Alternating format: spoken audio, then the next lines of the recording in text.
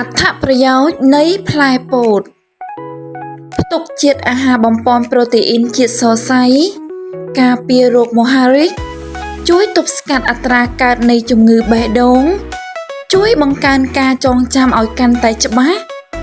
ជួយបង្កើនការចងចាំឲ្យកាន់តែល្អសារៈប្រយោជន៍ទាំង12យ៉ាងនៃផ្លែពោត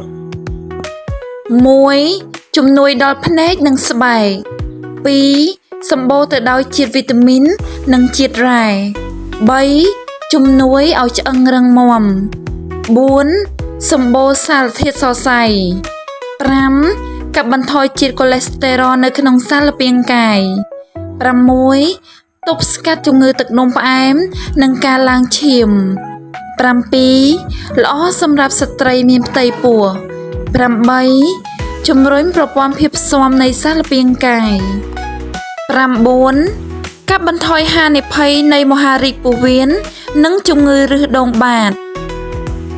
10. បង្ការការថយចុះនៃកូលីកាក្រហមនៅក្នុងឈាម 11. ជួយរក្សាទម្ងន់ 12. ជួយប្រឆាំងនឹងជំងឺបេះដូងសូមអរគុណចំពោះការតាមដានស្ដាប់របស់អស់លោកអ្នក